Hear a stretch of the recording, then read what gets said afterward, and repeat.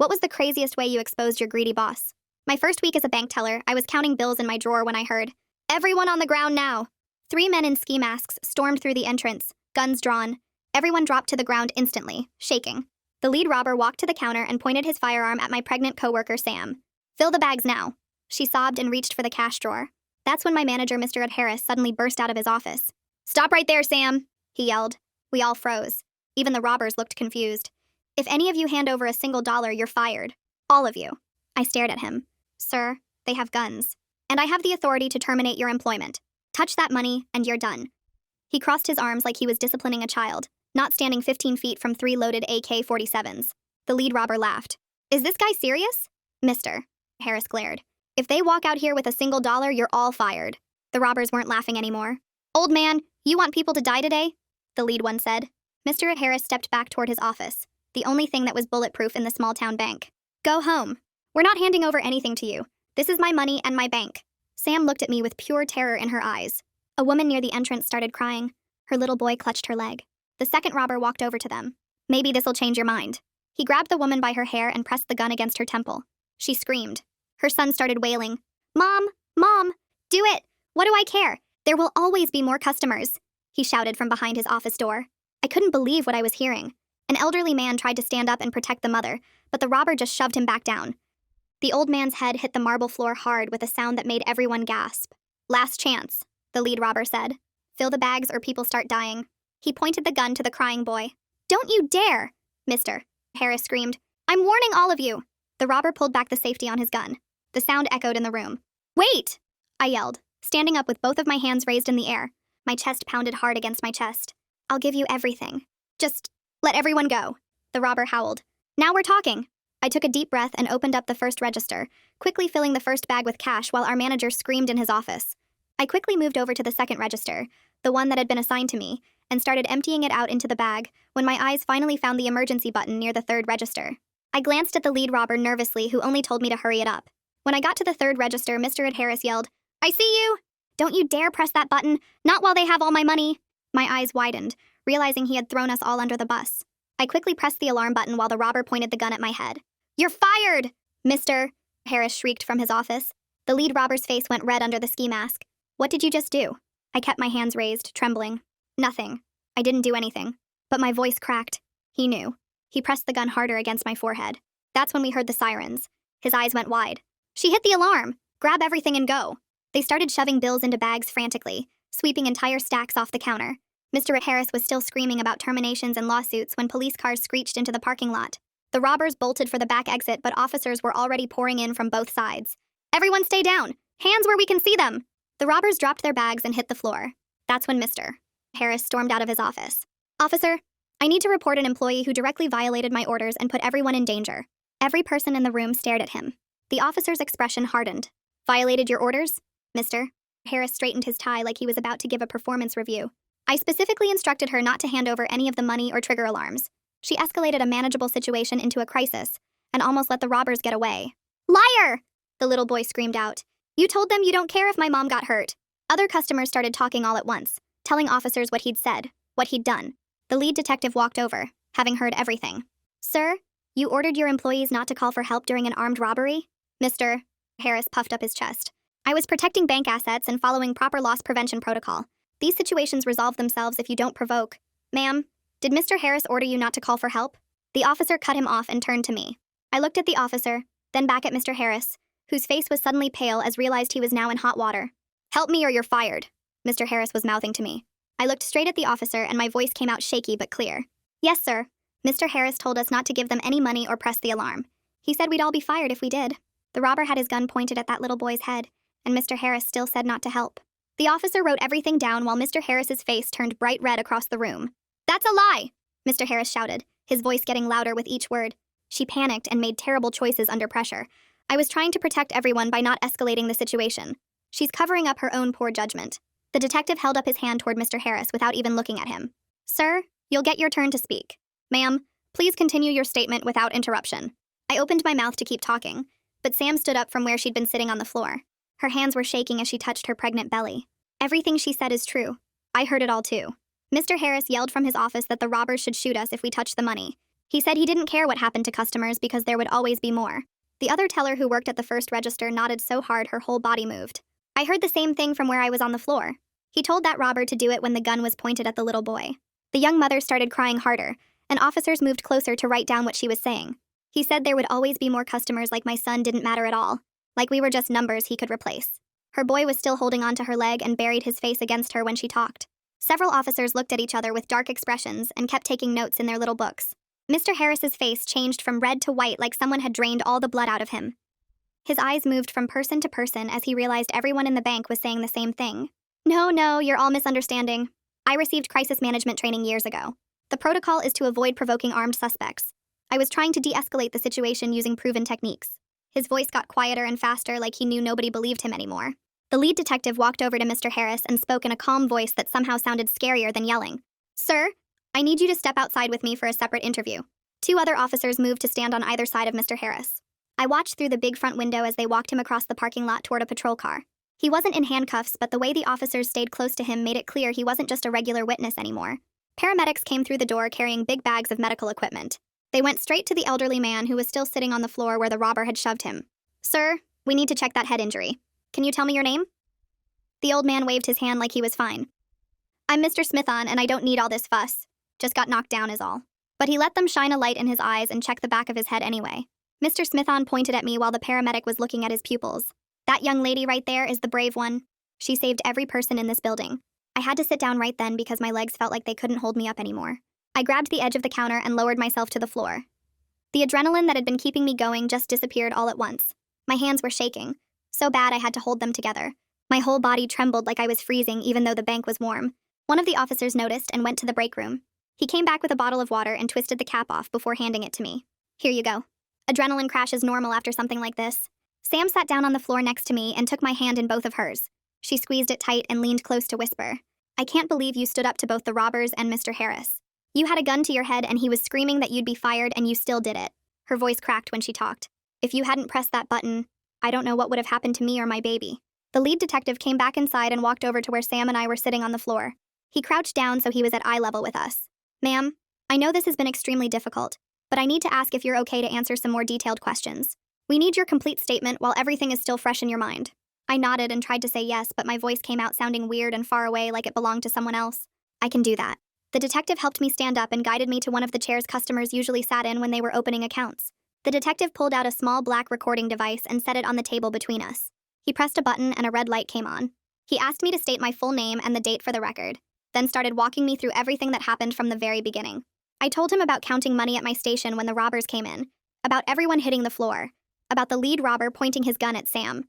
My voice shook when I described Mr. Harris bursting out of his office and threatening to fire anyone who handed over money. The detective stopped me there and asked me to repeat Harris's exact words. I closed my eyes and heard it all over again in my head. I told him Harris said we'd all be fired if we gave them a single dollar, that he had the authority to end our jobs right there. The detective asked if Harris knew the robbers had guns, and I said yes, he was looking right at them. We went through the whole thing piece by piece. The detective kept asking me to clarify what Harris said when the robber grabbed the young mother by her hair. I repeated those awful words about there always being more customers, about not caring what happened. The detective had me say it 3 times to make sure he had it recorded correctly. He asked about when Harris yelled at me not to press the alarm button, and I explained how he screamed that I was fired the second I pushed it. The detective wanted to know if Harris ever told us to cooperate with the robbers or protect ourselves, and I said no. He only cared about the money staying in the bank. The whole statement took over an hour because the detective kept going back to specific moments and asking for more details. My throat felt dry from talking so much, and my hands wouldn't stop shaking. When we finally finished, the detective turned off the recorder and looked at me with this serious expression. He explained that what the robbers did was obviously a crime, but Harris's conduct during the robbery would be looked at separately. He said the bank's corporate office had already been called, and they were sending people to investigate what happened. The detective pulled a business card from his pocket and handed it to me. He told me to call him right away if Harris tried to punish me or fire me or make my job harder because of what I did today. He said retaliation against someone who called police during a crime was illegal, and he'd make sure Harris faced consequences if he tried anything. I put the card in my pocket and thanked him, though I was pretty sure I'd already been fired based on Harris screaming it at me multiple times. The detective went to interview other people, and I just sat there feeling numb and trying to process everything. I watched through the window as more police cars arrived and officers talked to witnesses in the parking lot. Then 2 people in business suits walked through the front door moving fast like they were on a mission. The woman had dark hair pulled back tight and carried a leather folder under her arm. The man with her looked older and kept glancing around the bank like he was taking notes in his head. They went straight to one of the officers and showed identification. Then the officer pointed toward where I was sitting. The woman walked over and introduced herself as Kira Ferguson from the bank's crisis management team. She shook my hand with a firm grip and said she needed to interview every employee who was here during the robbery. I was surprised they got here so fast. Less than 2 hours after everything happened. Kira asked if there was a private room we could use, and I showed her to the small conference room we used for customer meetings. She asked me to wait outside while she set up, and I watched her arrange papers and open her laptop. When she called me back in, she had a legal pad ready and asked me to start from the beginning. I went through the whole story again, and this time I could see Kira's face change as I described what Harris did. Her professional expression cracked when I told her about Harris saying he didn't care if customers died. She wrote faster when I explained how he threatened to fire me while I had a gun pressed to my forehead. Kira asked careful questions about whether Harris ever showed concern for anyone's safety, and I told her honestly that he seemed only worried about the money. She took pages and pages of notes and kept circling back to specific things Harris said. When I finished, Kira closed her notebook and looked at me directly. She said the company takes employee safety very seriously, and what I described was deeply concerning. But I noticed she didn't actually promise anything about my job or say I'd be protected. She thanked me for my honesty and said she'd be interviewing everyone else who was here. Then Kira's expression softened a little, and she told me I was placed on paid administrative leave starting right now. My chest got tight and I felt panic rising because that sounded like a nice way of saying I was fired. Kira must have seen my face change because she quickly explained this was standard after traumatic incidents. She said I should go home and rest and that the bank had an employee assistance program that included free counseling sessions. She wrote down a phone number for me to call and said I could take as much time as I needed. I walked out of the conference room feeling like my legs might give out. The bank lobby was empty now except for employees giving statements and police finishing up their investigation. Someone announced the bank would be closed for the rest of the day, which made sense since there was still cash scattered on the floor from when the robbers dropped their bags. I grabbed my purse from under my station and realized my hands were shaking too much to trust myself driving home. I pulled out my phone and called my roommate, trying to keep my voice steady as I asked if she could come get me. She said she'd be there as fast as she could. I waited in the parking lot, sitting on the curb because standing felt like too much work. My roommate's car pulled in 20 minutes later and she jumped out before it was fully stopped. She ran over and wrapped her arms around me so tight I could barely breathe. I felt tears starting, but I pushed them down because if I started crying in this parking lot, I might never stop. She helped me into the passenger seat and drove me home without asking a million questions, which I was grateful for. That night, I laid in bed staring at the ceiling, exhausted but unable to sleep. Every time I closed my eyes, I saw the lead robber's face behind that ski mask and felt the cold metal of the gun against my forehead. I heard Harris screaming that I was fired, over and over like a recording stuck on repeat. Around midnight, I gave up and went to the living room where my roommate was still awake. She took one look at me and pulled up Netflix without saying anything.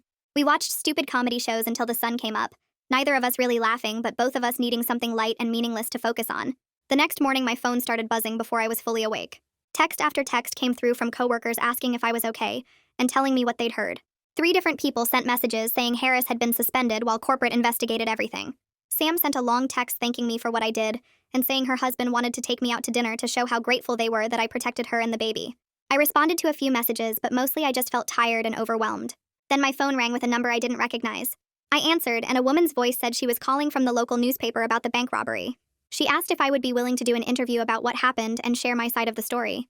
I told her I wasn't ready to talk publicly, and I didn't know what I was legally allowed to say anyway. She thanked me and hung up.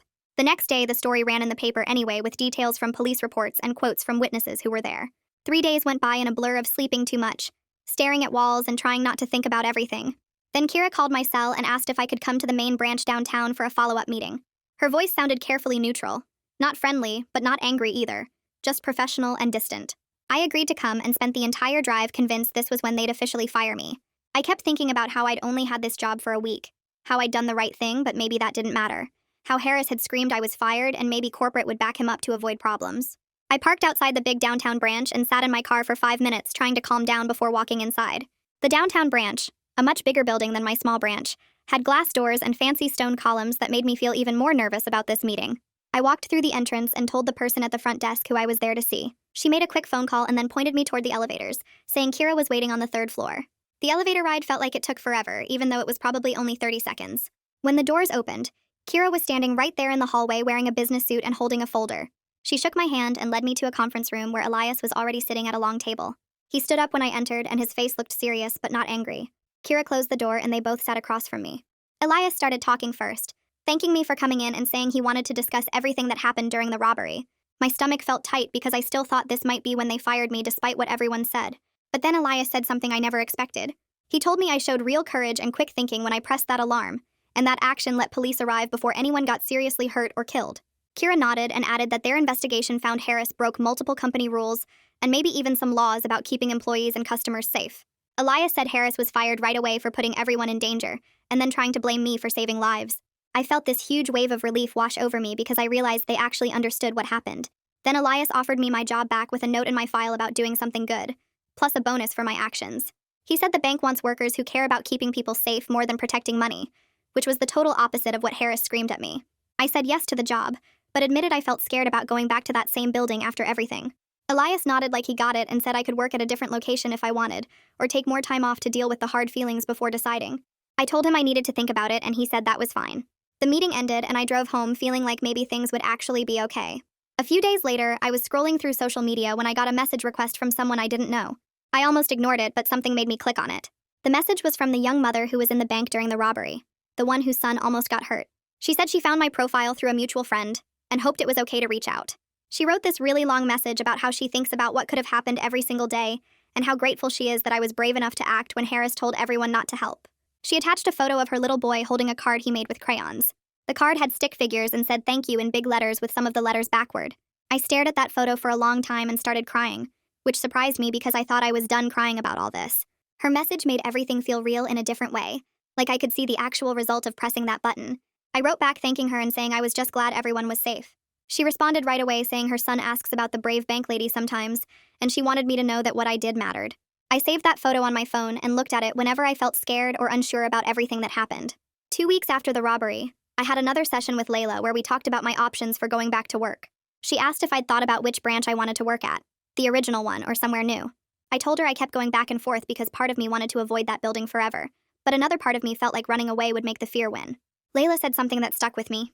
She explained that facing the place where bad things happened can actually help with healing sometimes, like proving to yourself that you can handle being there without falling apart. She also said there's no wrong choice and I should do whatever feels right for me. I thought about it for a few more days and finally decided I wanted to go back to my original branch. I called Kira and told her my decision. She sounded surprised but said she respected my choice and would make sure everything was ready for my return. My roommate thought I was crazy when I told her, but she also said she was proud of me for being tough. My first day back at work felt strange from the moment I walked through the door. Everything looked the same, but also completely different because now I knew what could happen in this normal-looking bank. I kept glancing at the spot near the entrance where the robbers stood, and at the register where I pressed the alarm button. My hands shook a little when I logged into my computer, and I had to take some deep breaths to calm down.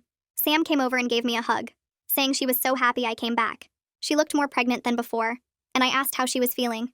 She said the baby was doing good, but she still had nightmares about that day sometimes. Having her there helped because we went through the whole thing together, and she understood without me having to explain. The other tellers were really nice too, checking on me throughout the day and not making a big deal when I needed a minute to collect myself. By lunchtime, I felt a little more normal, though I still jumped when the door opened suddenly. I made it through the whole shift without breaking down, which felt like a small victory.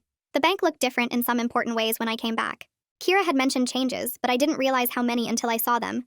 Every single teller station now had a panic button right where we could reach it easily, not just one button at the third register like before. There were new cameras in different spots, and a security guard who walked around during business hours. The biggest change was this thick glass barrier that went up between the teller area and the customer area, with small openings to pass things through. It made the space feel more like a serious bank instead of a small-town place where everyone knew each other. Elias came by personally about a week after I returned to show us all the new safety rules and answer questions. He walked around pointing out each change and explaining why they made it. He also said every employee had to go through training about what to do during robberies, and the new rule was crystal clear that protecting human lives always came before protecting money. No manager could ever tell us not to help again. Elias looked at me when he said that part, and I felt this mix of sad and relieved. Sad that it took something so scary to make these changes happen, but relieved that maybe the next person wouldn't have to choose between their job and doing the right thing. During my next session with Layla, I finally admitted something I'd been holding inside. I told her I was really mad at Harris for putting everyone in danger and then trying to make it all my fault when I saved lives. The anger surprised me because I thought I was just scared and shaken up, but underneath all that was this burning feeling about how wrong he was. Layla listened and then asked me to talk more about the anger, like where I felt it in my body and what made it stronger. I explained that every time I remembered him screaming from his safe office while that gun was against my head, I wanted to scream back at him. Every time I thought about him trying to get me fired for pressing the alarm, I felt this heat in my chest. Layla nodded and said anger was a totally normal response to what happened. She helped me see that being mad at Harris didn't make me a bad person. It made me human. She also said something that really helped. She explained that Harris's actions showed who he was as a person, not anything about my worth or value. His choices to care more about money than people, his choice to hide in his office, his choice to blame me afterward, those all reflected his character and had nothing to do with me being wrong. We worked on ways to process the anger without letting it take over my life, like writing down my feelings or talking about them instead of pushing them away. 3 weeks after the robbery, my phone rang with Harvey's number on the screen. I answered and he got straight to the point. He said the bank's insurance company wanted to offer me a settlement for the hard experience I went through because of Harris's actions. I asked how much, and when he told me the number, I had to sit down. It was enough money to pay for all my therapy sessions with Layla, replace my old car that barely ran anymore, and still have a good amount left over for savings. Harvey explained that settlements like this happen sometimes when companies wanted to avoid long court cases, and the insurance company probably realized I had a really strong case if we went to trial. He said the offer included some legal words and conditions that we needed to talk through before I made any decisions. I told him I wanted to meet in person to discuss everything because this felt too big to handle over the phone. We set up a time to meet at his office the next day. Harvey's office was in a small building downtown with old carpet and walls covered in law books. He had me sit across from his desk and pulled out a thick stack of papers. He went through the settlement offer page by page, explaining what each section meant in normal words instead of legal talk. The part that worried me most was something called a non-disparagement clause. Harvey saw my face and explained that it basically meant I couldn't go around publicly trashing the bank or saying bad things about them in the media. But he also said it didn't stop me from being honest if someone asked me directly what happened, and it didn't prevent me from talking to lawyers or government people if they investigated anything. He said the bank was mostly trying to avoid me doing interviews where I made them look terrible, which seemed fair since they actually fired Harris and made all those safety changes. Harvey told me his honest opinion was that I should accept the settlement. He explained that if we went to court instead, it could take years and cost a lot in legal fees. Plus, there was no promise we'd win or get more money than this offer. He said sometimes the smart choice was taking a good settlement and moving on instead of spending years fighting. I asked if I could think about it for a few days, and he said absolutely. This was a big decision, and I should take my time. I talked to Layla about the settlement during our next session.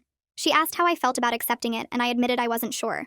Part of me wanted to fight and make sure everyone knew exactly what Harris did, but another part of me just wanted to move forward and stop thinking about that day all the time.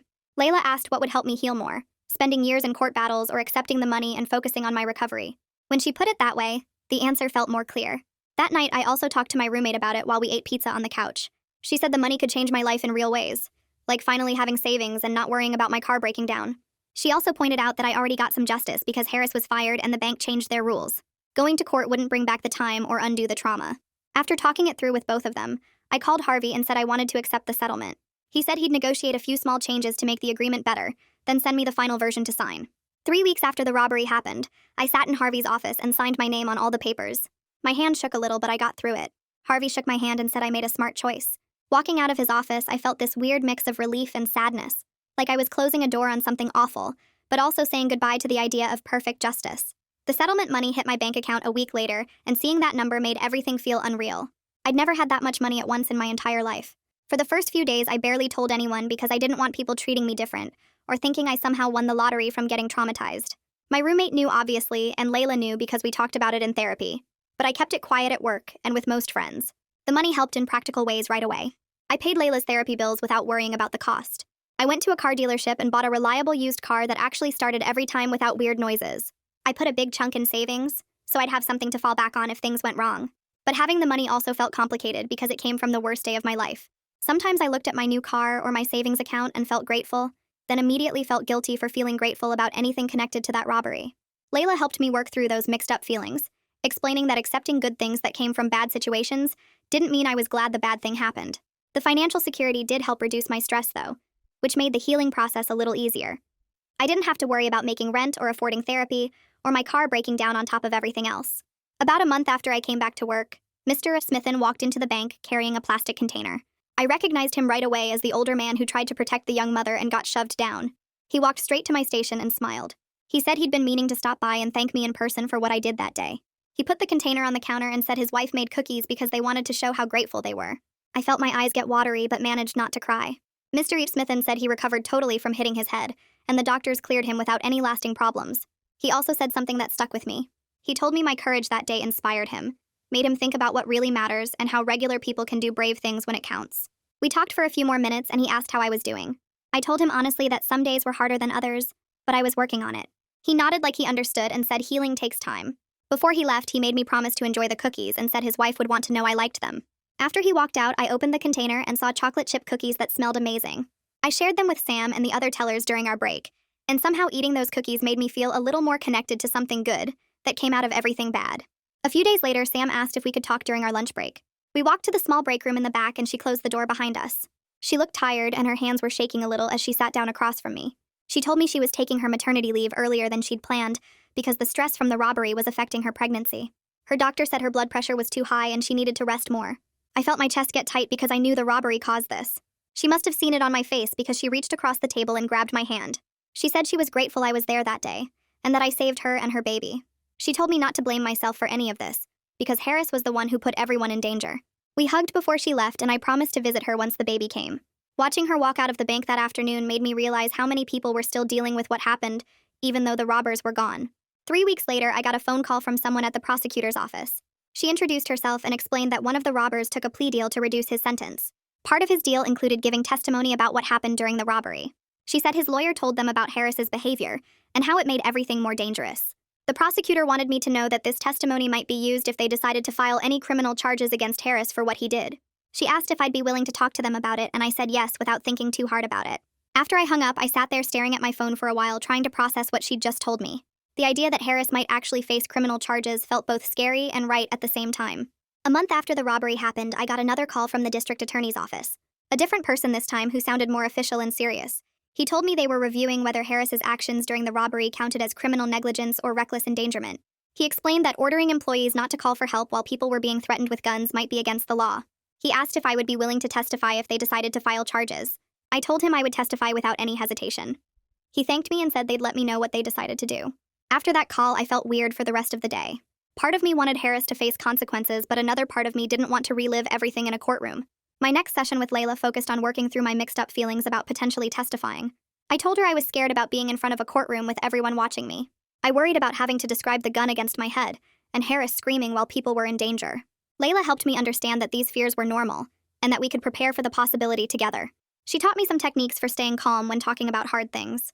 She also reminded me that testifying would be about telling the truth, not about getting revenge or being a hero. We spent the whole session just talking through different scenarios and how I might handle them. By the end, I felt a little better, but still nervous about what might happen. 2 weeks after that, Elias showed up at the bank during my shift. He asked if I could step into the manager's office for a few minutes. My stomach dropped because I thought maybe something was wrong. But when we sat down, he smiled and told me the bank was promoting me to senior teller with a raise. He said my performance during the robbery showed leadership qualities and good judgment under pressure. He explained that they needed people who could train others and set a good example for how to handle difficult situations. I thanked him and tried not to cry right there in the office. After he left, I felt proud, but also like I didn't deserve it since I was so new to banking. The imposter syndrome hit me hard, and I kept thinking about how I'd only been working there a few weeks when everything happened. The promotion came with new responsibilities, including training new employees. My first training session was about safety protocols and what to do during emergencies. I felt nervous standing in front of 3 new hires trying to explain procedures I'd barely learned myself. But when I started sharing what happened during the robbery and how important it was to prioritize human safety over money, something shifted. Talking about my experience in this controlled way where I could help other people learn from it made everything feel more purposeful. The new employees asked good questions and seemed to really understand why these protocols mattered. Teaching them gave me a sense that my worst day could actually help protect other people in the future. After that first training session, I felt lighter somehow, like I'd turned my trauma into something useful. A mutual friend contacted me saying that Harris's wife wanted to meet with me to apologize for what her husband did. The message was polite and said she understood if I didn't want to, but she hoped I'd consider it. I thought about it for maybe 5 minutes before deciding no. I didn't owe her anything, and meeting her would probably just make me feel worse. Layla had talked about setting boundaries and protecting my healing progress. This felt like an obvious boundary to set. I sent a polite message back declining the meeting but thanking her for reaching out. I felt good about that decision and didn't regret it at all. The district attorney called again about 6 weeks after the robbery. He told me they'd decided not to file criminal charges against Harris. He explained that proving criminal intent versus just really bad judgment was too difficult. They didn't think they could convince a jury beyond reasonable doubt that Harris meant to endanger people versus just being catastrophically stupid about how to handle the situation. I felt disappointed hearing that news. It seemed wrong that Harris could do what he did and not face criminal consequences. I called Harvey to talk about it, and he reminded me that Harris lost his job and I got my settlement. He said sometimes civil accountability through termination and money was the only realistic justice available. That helped me feel a little better, but I still wished Harris had to face a judge. 3 months after the robbery, I realized I'd gone a whole week without nightmares. I also didn't have any panic attacks when I heard loud noises like car doors slamming or people yelling. I mentioned this to Layla during our session, and she actually celebrated with me. She brought out these little chocolate candies she kept in her desk, and we ate them while talking about my progress. She reminded me that healing wasn't about never having bad days again. It was about the bad days becoming less frequent and less intense. She said some people think recovery means going back to exactly how you were before, but really it means learning to live with what happened while still moving forward. That made sense to me and helped me appreciate how far I'd come, even though I still had hard moments sometimes. Sam sent me a text with a photo attached. When I opened it, I saw her in a hospital bed holding a tiny baby wrapped in a pink blanket. The message said she'd had her baby girl and wanted me to know something important. She wrote that she was naming me as godmother because I protected her and her child when it mattered most. She said she'd never forget what I did that day, and she wanted her daughter to grow up knowing about the brave person who saved them. I started crying right there at my teller station. These were the first happy tears I'd cried since the robbery happened. Everything else had been scared tears, or angry tears, or just overwhelmed tears. But these were different. These tears came from feeling honored and loved, and like maybe all the hard stuff had been worth something after all. A few days after Sam sent me that hospital photo, I drove to her house to meet the baby in person. She opened the door looking tired but happy, and led me inside where her husband was holding their daughter. The baby was so tiny, wrapped in a soft yellow blanket with her little fingers curled up near her face. Sam's husband carefully placed her in my arms, and I felt this wave of emotion wash over me as I looked down at her peaceful, sleeping face. This little person was here partly because I pressed that alarm button. If things had gone differently that day, Sam might have lost her baby from the stress or worse. Holding her daughter felt like proof that my choice mattered in a real, living way. Sam's husband smiled and said they'd been talking about middle names. He joked that they should name her something like Grace Brave Anderson, putting Brave right there in the middle to honor what I did. We all laughed, but I could tell he was partly serious about wanting to remember that day through his daughter's name. I stayed for about an hour, just sitting with them and talking about normal new parent stuff like sleep schedules and feeding times. When I left, I felt this deep sense of peace that I hadn't experienced since before the robbery happened. The following week, the local newspaper ran a big follow-up story about what happened at the bank. The headline was something about new safety rules and better training for employees. I bought a copy at the gas station and read it in my car before driving to work. The article talked about all the changes the bank made after the robbery, including the panic buttons at every station and the new policy that employee safety comes before money. What really caught my attention was a section with anonymous quotes from bank workers praising the improvements. One quote said the new protocols made employees feel valued and protected instead of disposable. I recognized those exact words because I had said them during an interview with the corporate team a few weeks earlier. Another quote talked about how the changes showed the bank learned from what went wrong. That was my phrasing too, almost word for word. Seeing my own thoughts in print like that, knowing other people were reading them and maybe feeling safer because of the changes, made me feel proud. Something good actually came from that terrible day. The article ended by mentioning that other bank branches in the region were adopting similar safety measures. I folded the newspaper carefully and kept it in my apartment, thinking maybe someday I'd want to remember this part of the story too. Harvey called me about a month later and said he had good news. He asked if I could stop by his office to pick up some final paperwork. When I got there, he handed me a thick envelope and explained that this officially closed my case. Inside was a letter summarizing everything we accomplished together. It listed Harris's firing, my settlement amount, and all the policy changes the bank made. Harvey had written a personal note at the bottom saying that cases like mine, where institutions actually respond the right way and make real changes, are much rarer than they should be. He said most of the time companies fight back and try to protect bad managers, but this bank chose to do the right thing. Reading his summary made me realize how much had actually changed in just a few months. Harris was gone. I had money to cover my therapy and other expenses. The bank fixed its safety problems. Other employees were safer now because of what happened. Harvey shook my hand and told me I should be proud of how I handled everything. He said a lot of people in my situation would have just quit and tried to forget about it, but I stood up for myself and for other workers. After I left his office, I sat in my car for a while just processing everything. This chapter of my life was actually closing in a good way. Around that same time, I started dating someone I met through mutual friends at a barbecue. He was nice and easy to talk to, and we went out a few times before things got more serious. But I kept feeling nervous about when to tell him about the robbery. It was such a big part of my recent life, and I didn't want him to think I was damaged or too intense. After we'd been seeing each other for about 3 weeks, I decided I needed to just tell him the whole story. We were having dinner at a quiet restaurant when I brought it up. I started by saying I needed to share something important that happened to me earlier that year. Then I told him everything, from the robbers coming in to Harris's threats to pressing the alarm with a gun to my head.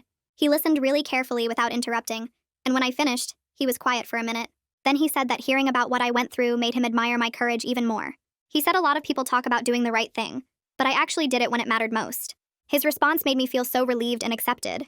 I'd been worried he might think I was too much to deal with, but instead he saw my experience as something that showed my character. We kept dating after that, and not having to hide this huge part of my life from him made everything feel more real and honest. 6 months after the robbery happened, the bank held a big employee recognition ceremony at their main downtown location. Elias had called me a week earlier to tell me I was receiving an award, and I needed to be there. I felt nervous about being in front of everyone, but I also knew this was important. The ceremony was in a large conference room with maybe 70 or 80 employees from different branches. There were awards for different things like customer service and sales goals. When they called my name for the Courage and Safety Award, I walked up to the stage on shaky legs. Elias handed me a framed certificate and a small crystal trophy while everyone clapped. He said a few words about how I put customer safety first during a dangerous situation and showed the kind of judgment the bank wanted all employees to have. Standing there looking out at all those faces clapping for me felt completely surreal. Just 6 months ago, I'd been a scared new employee with a gun to my head, and now I was honored in front of the whole company. The moment felt deeply meaningful, like proof that doing the right thing actually mattered and people recognized it. After the ceremony, several employees I didn't know came up to thank me and say they felt safer at work because of the changes that came from what happened. Their words made me realize my experience had ripples that reached further than I'd understood. Right after the ceremony ended, Elias pulled me aside near the refreshment table. He had this excited look on his face as he told me about a new project the bank was working on. Corporate headquarters was developing a training program for all employees across the country, based on what happened at our branch. He said they wanted my input on the curriculum, because I had lived through the situation and understood what employees actually needed to know. The opportunity felt huge. Instead of just my branch changing, I could help shape how hundreds of branches trained their workers. Elias explained that the training would cover safety protocols, supporting coworkers during emergencies, and recognizing when authority figures are making dangerous choices. He asked if I'd be willing to work with their training development team over the next few weeks. I agreed immediately, even though I felt nervous about my ability to contribute something useful. He gave me the contact information for the team leader and said they'd reach out soon to set up meetings. Walking to my car after the ceremony, I kept thinking about how this was real impact, not just fixing what went wrong at one location, but potentially protecting workers everywhere in the company. Over the next several weeks, I met with the training development team 4 different times. They asked me detailed questions about what happened, how I felt during the robbery, what information would have helped me beforehand, and what I wished other employees understood about crisis situations. I shared my perspective on everything from the physical panic buttons to the emotional support coworkers need during trauma. One meeting focused entirely on the part about recognizing bad leadership. I explained how Harris's orders put everyone in danger, and how hard it was to go against a manager's direct commands, even when those commands were wrong. The team took pages of notes and asked me to review draft materials they were creating. Seeing my experience turned into training slides and discussion questions felt strange but important. 3 months after those meetings started, the program officially launched across the entire bank network. Elias sent me a copy of the final training package, and right there in the case study section was my story. They'd changed some details to protect privacy, but it was clearly about what happened. The training materials emphasized that employee safety always comes first, and that workers have the right to call for help even if managers say otherwise. Knowing that thousands of bank employees would learn from what I went through gave me this sense of purpose that helped balance out the trauma of the original experience. During one of my regular therapy sessions with Layla, she told me she thought I'd made really significant progress over the past several months. We'd been meeting every week since right after the robbery, and she said my symptoms had improved dramatically. The nightmares were mostly gone. I didn't panic at loud noises anymore. I could talk about what happened without falling apart. She suggested we reduce our sessions to just monthly check-ins instead of weekly appointments. Part of me felt scared about not having that weekly support, but another part felt proud that I'd healed enough to need less help. Layla reminded me that trauma recovery is ongoing and not always linear. She said I might still have hard days or weeks, and that was completely normal. The important thing was that I now had tools to handle those difficult moments, and I could always come back for more frequent sessions if I needed additional support. We scheduled our next appointment for 4 weeks out instead of 1 week. Leaving her office that day, I felt this mix of accomplishment and nervousness about managing on my own more. But I also trusted that I'd built a strong enough foundation to handle whatever came next. Sam came back from maternity leave about 7 months after having her baby. I was so happy to see her walk through the bank doors on her first morning back. We hugged, and she showed me about 50 new photos of her daughter on her phone. Working together again felt comfortable and familiar, like putting on a favorite old sweater. But our friendship had changed and deepened because of what we went through together. During our breaks, we'd share baby photos and talk about normal life stuff. But we also had this bond that went way deeper than typical coworker relationships. One afternoon, during a quiet moment, Sam told me that having me at work made her feel safer. She said knowing I was there, knowing I'd already proven I would protect people when it mattered, gave her peace of mind she didn't have before. Her words touched me deeply because I'd sometimes worried that seeing me might remind her of the trauma. But instead, my presence actually helped her feel secure. We fell back into our comfortable work rhythm easily, covering for each other during busy times and chatting between customers. Having her back made the bank feel more like home again, and I realized how much I'd missed working alongside her every day. The 1-year anniversary of the robbery arrived on a Tuesday. I'd been thinking about that date for weeks, unsure how I'd feel when it came. I decided to take the day off work rather than spending it at the bank where everything happened. But I didn't want to just sit at home dwelling on the trauma and replaying those terrible moments in my mind. Instead, I signed up to volunteer at a local women's shelter that had been looking for people to teach workshops. I drove there that morning and met with their volunteer coordinator, who seemed excited that someone with my background wanted to help. I spent 3 hours teaching a workshop on workplace safety and standing up for yourself in difficult situations. About 12 women attended, and I shared my story along with practical advice about trusting your instincts, knowing your rights, and not letting authority figures bully you into unsafe choices. Several women came up afterward to thank me and share their own stories of workplace problems. One woman said she'd been afraid to report her boss for creating dangerous conditions, but hearing my experience gave her courage to file a complaint. Another woman asked for advice about a situation at her job where she felt pressured to do things that seemed wrong. Being able to help these women, to turn my worst experience into something useful for others, made the anniversary feel meaningful instead of just painful. Driving home that evening, I felt tired but good. I'd taken a day that could have been about fear and trauma and turned it into something positive that might actually protect other people. A few months after the anniversary, I got called into a meeting with the regional director. He offered me a promotion to assistant branch manager at a different location across town, and I accepted without hesitation, because it felt like the right time to move forward. The new branch was bigger and had way better security features, including cameras everywhere, reinforced glass, and multiple panic buttons at every station.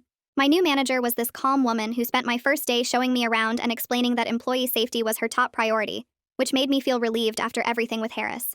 I started my new role by meeting with each team member individually to learn about their concerns and ideas, and several of them mentioned feeling nervous about robberies after hearing what happened at my old branch.